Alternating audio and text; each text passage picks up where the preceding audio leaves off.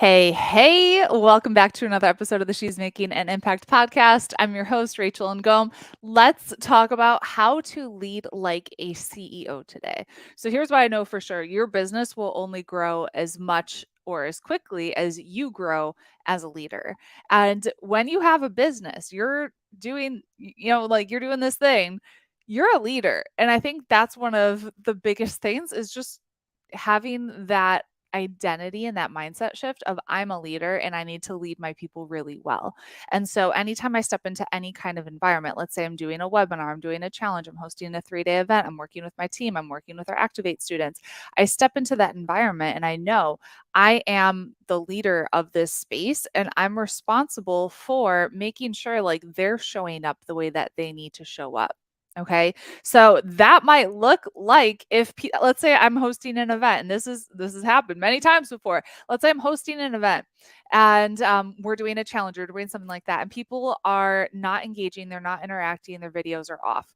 Instead of being like, oh my gosh, they're like, they don't like me, or whatever it is you want to say, like whatever story it is that you want to create in that moment, I remind myself I'm the leader. I need to help them show up the way that they need to show up to get the transformation that they need to create. And so I'm coaching them on, hey, if you're going to be here, like actually be here, show up, turn your video on. Otherwise, like go like if you're on the toilet, you can turn your video off, but otherwise like be here. I don't care what you look like.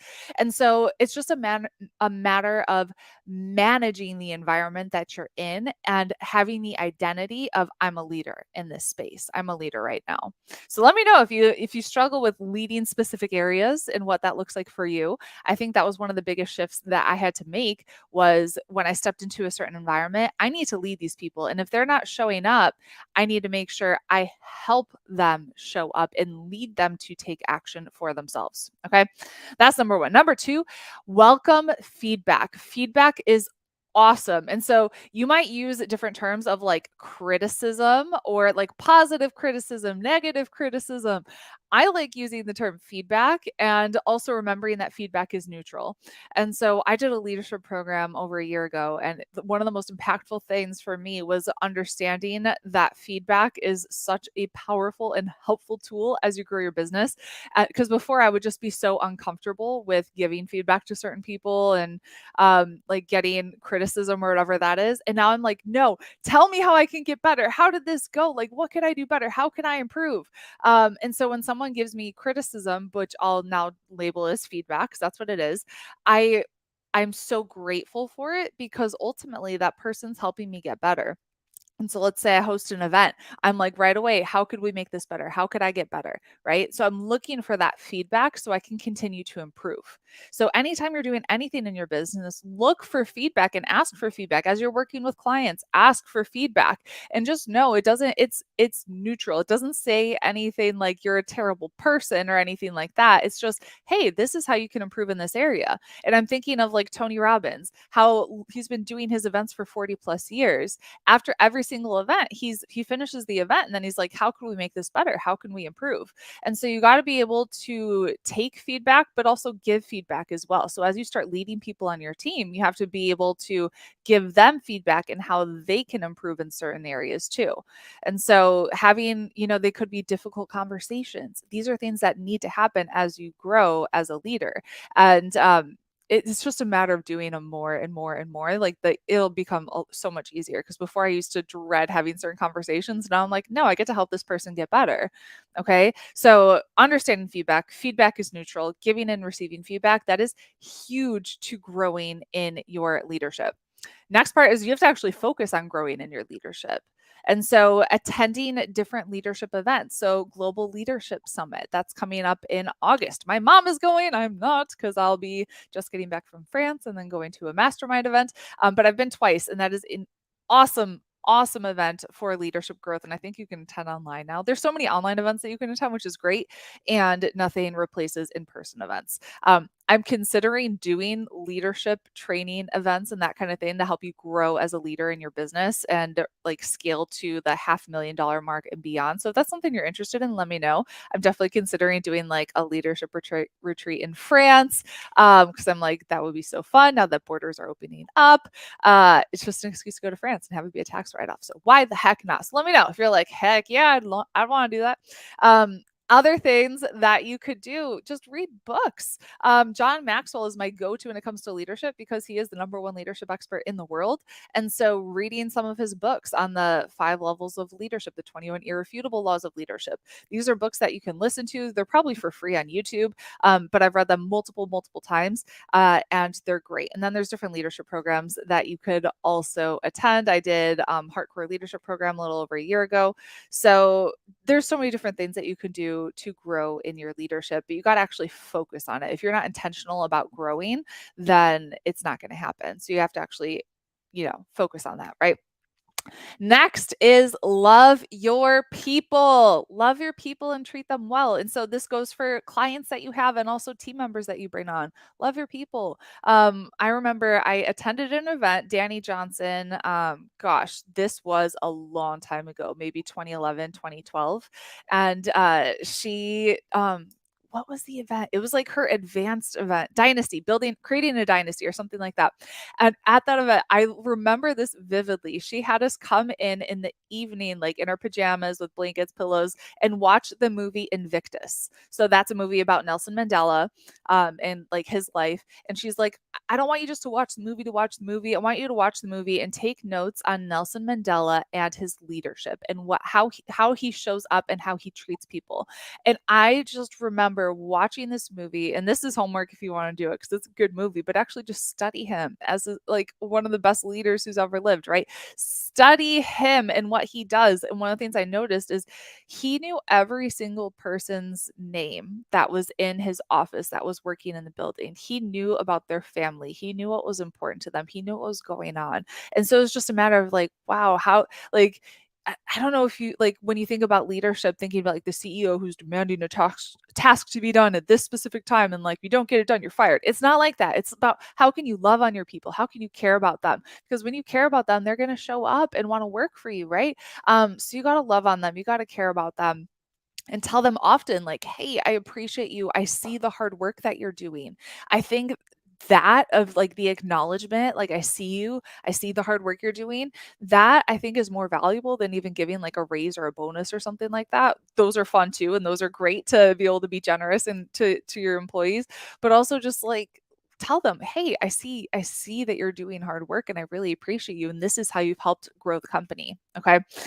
Next is just open, clear, honest communication and setting expectations with your clients and with your team members of like, hey, feedback is welcome. We need to make sure we're honest and clear. And if you're not happy with X, Y, and Z, I need to know. And if they're not showing up, you need to let them know. And you just got to have that clear dialogue. Because people don't like to like have surprises and be guessing of like what you thinking. Oh my gosh, is my job in jeopardy or like any of these other things.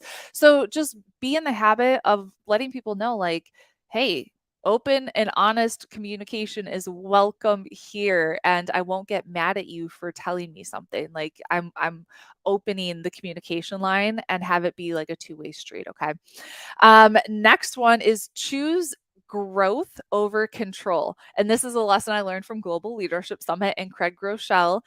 By the way, he has a great podcast. It's what is it called? The Leadership Podcast? Global don't know. But if you look up Craig Groeschel Leadership Podcast, you'll find it. It's great. And at Global Leadership Summit, one of the things that he said is you can either have growth or you can have control, but you can't have both. So you got to pick. Do you want to have growth or do you want to have control? And so one of the things that you can do when you're leading as a CEO is to step out of micromanaging. You don't have to micromanage your people. Let them show up and make mistakes and learn from their mistakes and trust that they're going to get it right and they're going to grow. Okay. And so don't micromanage. Oh my gosh. In the beginning, yes, you want to like hold their hand a little bit more and make sure they're doing a great job. And then just let them do their own thing. Like I'm thinking of Lizzie on our team who, oh my gosh, she's been on our team for over 4 years. I don't micromanage the details and I know that she's going to get it done. And we just have that communication and I trust her now of like, hey, you got this, right? So choose having growth over micromanaging every single little thing, because as you grow your business, you cannot micromanage every single person on your team, and it's going to be exhausting, and they're going to be like, she doesn't trust me, so what's the point, kind of thing. Next, make decisions quickly. If you want to lead like a CEO, you can't just sit on something forever. You got to actually make decisions quickly. Okay, this is a big one. And this goes for, if you're going to invest in yourself, if you're going to host an event, like whatever that is, just make decisions quickly and be adaptable, because there's going to be so many things that happen in your business where it's like, well, that wasn't what I expected. You just got to kind of roll with it. Expect for things to break and learn how to adapt quickly and on the fly. Expect for technology to break. Expect for these things to happen. And then when it does, you don't freak out. It's just like it happens. Next is be authentic. Be authentic. This goes for as you're growing, your audience, as you're working with clients, as you're working with your team. Just be you, be authentic. Don't try to put on a perfect facade of everything is great. When you're struggling with something, let your team know, let your clients know, hey, this is what I'm struggling with, and I could appreciate your prayers or support. And when you show up, because if you pretend everything is perfect and then you all of a sudden you just have like a mental breakdown or a nervous breakdown or whatever it is, they can't support you in that moment. And so you get to ask for support and ask for, hey, this is what I need in this moment. Okay. But you got to be authentic, be vulnerable, and let people know, hey, this is what I'm struggling with. Hey, this is where I need you to step in a little bit more. Okay. Set expectations and also let your people rise to those expectations. So, like with your team members, setting KPIs, key performance indicators, and letting them rise to that KPI, right?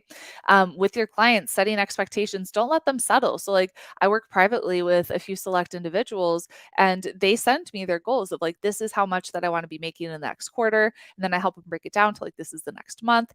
And I challenge them to rise up. And so, if I think their goals are a little too small or too safe, I'm going to challenge them. Hey, I think this is great. And I know that you're capable of so much more. You didn't hire me to let you just kind of play safe and stay in your comfort zone. You hired me because I can help you grow and get way past that. So let's set a goal that's going to really help you focus on growth. And I think you are definitely capable of this.